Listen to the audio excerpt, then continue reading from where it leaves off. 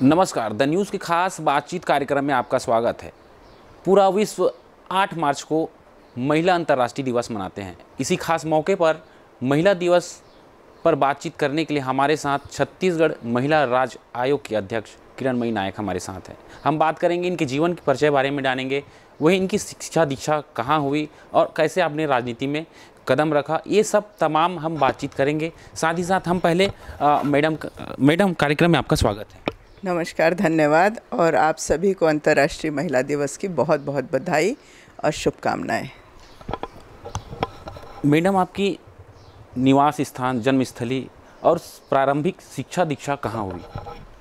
देखिए, मेरे पिताजी शासकीय सेवा में थे, तो मेरा जन्म तो ग्वालियर में हुआ है और पुराना मध्य प्रदेश जिसका हम हिस्सा थे, उसके विभिन्न शहरों में मेरी शिक्षा दीक्षा हुई है और वकालत की शिक्षा मेरी रायपुर में हुई है और आफ्टर मैरिज, शादी के बाद मैं रायपुर में स्थायी रूप से निवासरत हूँ। राजनीति में कैसे आपका प्रवेश हुआ? किनको मानकर, किन परिस्थिति को देखकर आपने कांग्रेस पार्टी ज्वाइन की और राजनीति में हल्ला बोल किया? वास्तव में मैं मूलतः वकालत के पेशे में थी और साथ में सामाजिक सेवा और गतिविधियों में सक्रिय थी और उस समय तत्कालीन मुख्यमंत्री माननीय दिग्विजय सिंह जी ने एक खबर संदेश भेजा था और मुझे धरसींवा विधानसभा चुनाव के लिए एक ऑफ़र आया था, पर परिस्थितियां कुछ ऐसी हुई कि उस समय चुनाव तो नहीं लड़ पाई मैं 98 में। हाँ, पर उसके बाद से सक्रिय राजनीति में मेरा प्रवेश हुआ और संगठन में, अपने पार्टी के संगठन में बहुत सारे पदों पर मैं रहकर काम करने लगी। फिर 2009 में जब रायपुर नगर निगम का महापौर पद महिला के लिए आरक्षित हुआ, तब मुझे चुनाव लड़ने का मौका मिला और 2009 से 2014 दिसंबर तक मैंने रायपुर नगर निगम के महापौर के पद पर जिम्मेदारियों का निर्वहन किया और यहीं से आप समझ जाइए 1998 से ही मेरी राजनीति में सक्रिय भूमिका की शुरुआत हुई और वास्तव में काम करने के क्षेत्र में पदार्पण 2009 में हुआ। फिर उसके बाद मुझे विधानसभा चुनाव लड़ने का भी मौका मिला और प्रदेश संगठन के विभिन्न पदों पर भी रही और फिर सरकार बनने के बाद में यहाँ की जिम्मेदारी मिली है, राज्य महिला आयोग के अध्यक्ष की जिम्मेदारी मिली है। आपने बीजेपी के दबंग जो नेता है बृजमोहन अग्रवाल, उनके अगेंस्ट में चुनाव फाइट की, क्या अनुभव उनमें? देखिए, विधानसभा चुनाव तो हर एक को लड़ना पड़ता है और ये मेरा सौभाग्य रहा कि मुझे रायपुर की महत्वपूर्ण सीट और एक मंत्री के, तत्कालीन मंत्री के विरुद्ध लड़ने का मौका मिला। मैंने अपने मुद्दे को बहुत ही मजबूती से रखा। मेरी चुनाव याचिका भी आज तक लंबित है सुप्रीम कोर्ट में, क्योंकि जो विषय होते हैं चुनाव के दौरान में, जो नियम कायदों का पालन करना होता है, उसका पालन उनके द्वारा नहीं किया गया। जो रूल्स थे उनका वायलेशन किया गया, जिसको मैंने चुनौती दी। हालांकि हाई कोर्ट में मुझे हार का सामना करना पड़ा, परंतु आज भी सुप्रीम कोर्ट में वो केस स्टैंड है और उसमें फाइनल आर्गूमेंट के स्टेज में केस हमारा चल रहा है। तो आज नहीं तो कल जब भी फैसला होगा, मुझे उम्मीद है कि वह केस में जीतूंगी। खासकर देखा जाता है कि राजनीति में पुरुषों की भीड़ ज़्यादा होती है। कैसे वो भीड़ को छटाकर एक महिला कैसे आगे बढ़ती है और किन किन समस्या और कठिनाइयों का सामना करना पड़ता है? देखिए, किसी भी महिला के लिए कोई भी क्षेत्र हो, चाहे राजनीति का हो, चाहे कामकाज का क्षेत्र हो, अपने नौकरी का हो, व्यापार का हो, हर क्षेत्र में महिला को पुरुषों से संघर्ष तो करना ही पड़ता है और अपने आप को प्रूव करने के लिए हर महिला को समय समय पर बहुत सारे मुश्किलों का सामना भी करना पड़ता है। पर यदि आप अपने पूरी जोश और जुनून के साथ उसमें लगे रहें और ईमानदारी से अपने काम को करें, तो आपको मौका मिलता है और वैसा हर जगह होता है। मैं नहीं समझती कि केवल महिलाओं के लिए, हर व्यक्ति को अपने आप को साबित करने का मौका मिलता है और अपने निरंतर कर्म पर लगा रहे और संघर्ष जारी रहे तो हर कुछ संभव है। सबसे बड़ा कटु अनुभव आज तक अभी आपको याद होगा, द न्यूज़ के साथ शेयर कीजिए। क्या कटु अनुभव है राजनीतिक कदम में? किस सिलसिले में कटु? राजनीतिक में नहीं, देखिए, ऐसा कोई कटु अनुभव वाली बात तो नहीं है, क्योंकि मैं पेशे से वकील रही हूँ और मैं हर परिस्थिति का सामना करना जानती हूँ। तो मैं किसी भी अनुभव को कटु नहीं मानती। मेरा ऐसा मानना है कि हर परिस्थिति यदि आपकी विपरीत है तो वो आपको कुछ ना कुछ ज़रूर देती है।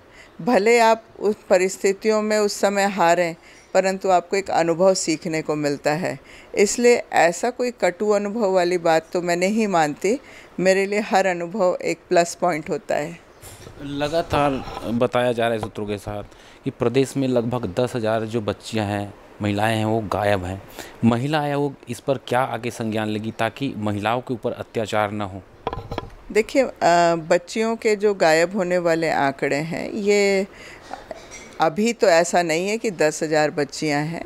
हाँ, 2 साल पहले के आंकड़े ज़रूर थे, जब जशपुर और बॉर्डर इलाके से मानव तस्करी वाली घटनाएं होती थी। परंतु अभी माननीय भूपेश बघेल जी की सरकार आने के बाद से इन सब चीज़ों पर पुलिस प्रशासन को विशेष हिदायत दी गई है और बच्चियों को रेस्क्यू भी किया जा रहा है। हालांकि जो बच्चियां नाबालिग होती हैं वह महिला आयोग का विषय वस्तु नहीं है, वह बाल आयोग का विषय वस्तु है। परंतु हम उस पर भी काम कर रहे हैं। अभी राजनांदगांव क्षेत्र में एक महिला मानव तस्करी का मामला आया था, तो मैंने डीजीपी साहब को बोल करके उसमें एक विशेष दल का गठन करवाया है और वो अभी तक के जांच कर रहे हैं। और जो भी पुराने गुमशुदा महिलाओं के मामले हैं उन सबको भी अपने जांच के दायरे में लेने के लिए कहा है। तो ये हर व्यक्ति के काम करने की शैली होती है कि किसी भी मामले को किस तरीके से लिया जाए। तो हम निरंतर उस पर काम कर रहे हैं। पूर्ववर्ती सरकार के समय गर्भाशय कांड बड़ी तादाद में हुई थी, बड़ी राजनीतिक हो हल्ला भी हुआ था।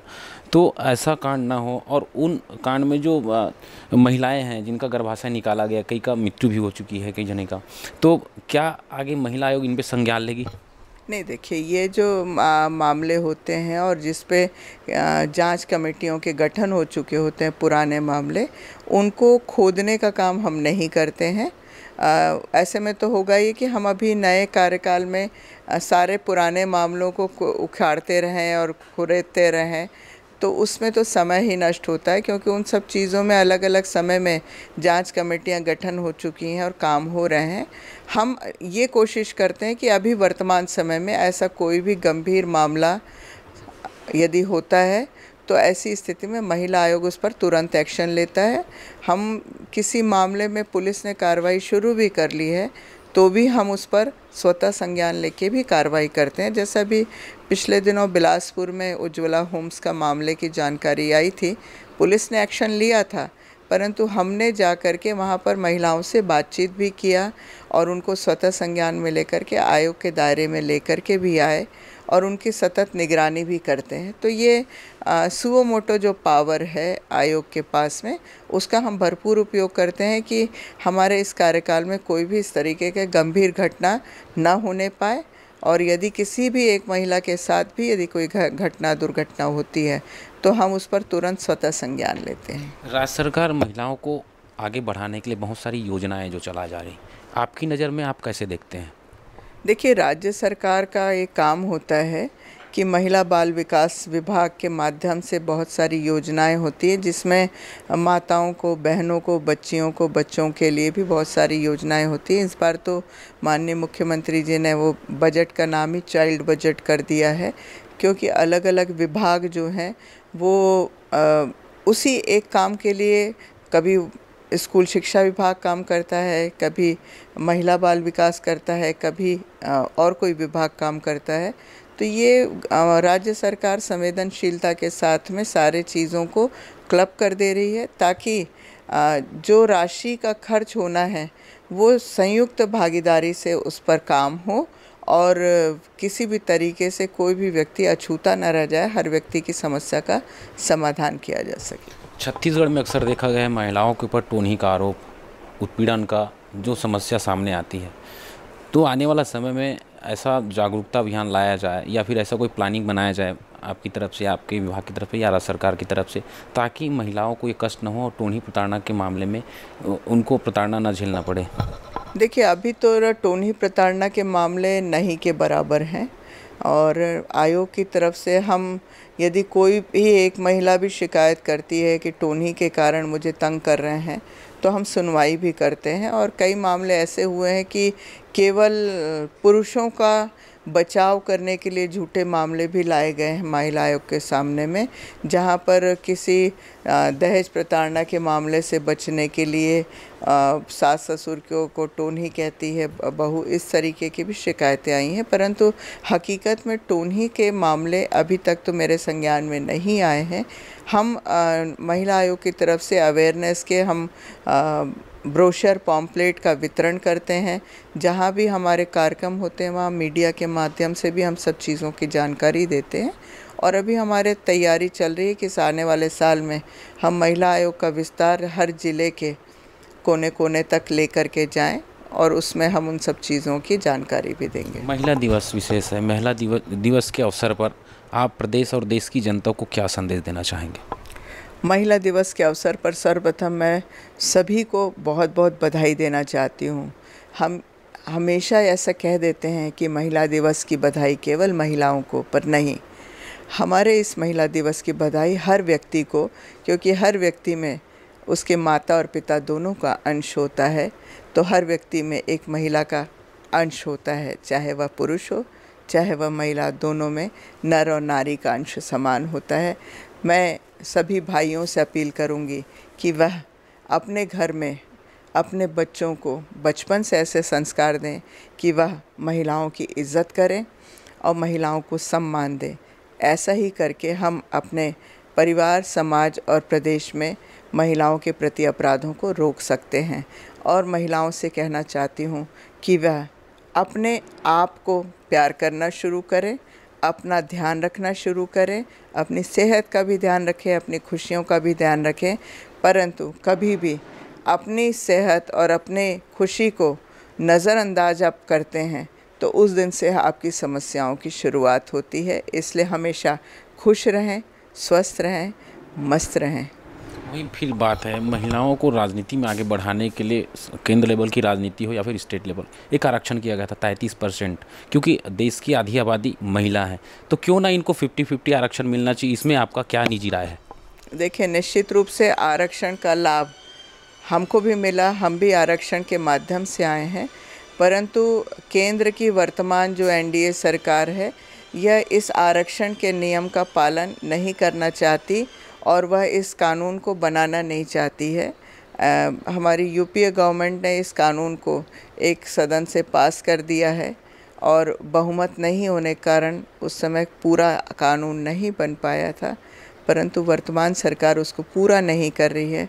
हाँ, लेकिन माननीय राजीव गांधी जी जो हमारे पूर्व प्रधानमंत्री रहे, उन्होंने संविधान का 73वां 74वां संशोधन के माध्यम से पंचायती राज में 50% आरक्षण और नगरीय निकाय क्षेत्रों में जो 33% का आरक्षण किया है, उसी की देन है कि कहीं ना कहीं महिलाएं बहुतायत मात्रा में राजनीति में आ रही हैं। हाँ, अब हमारी जो लड़ाई है वो विधानसभा और लोकसभा के लिए आरक्षण की बात है, क्योंकि वहाँ हमारा प्रतिशत महज 10 से 11% है।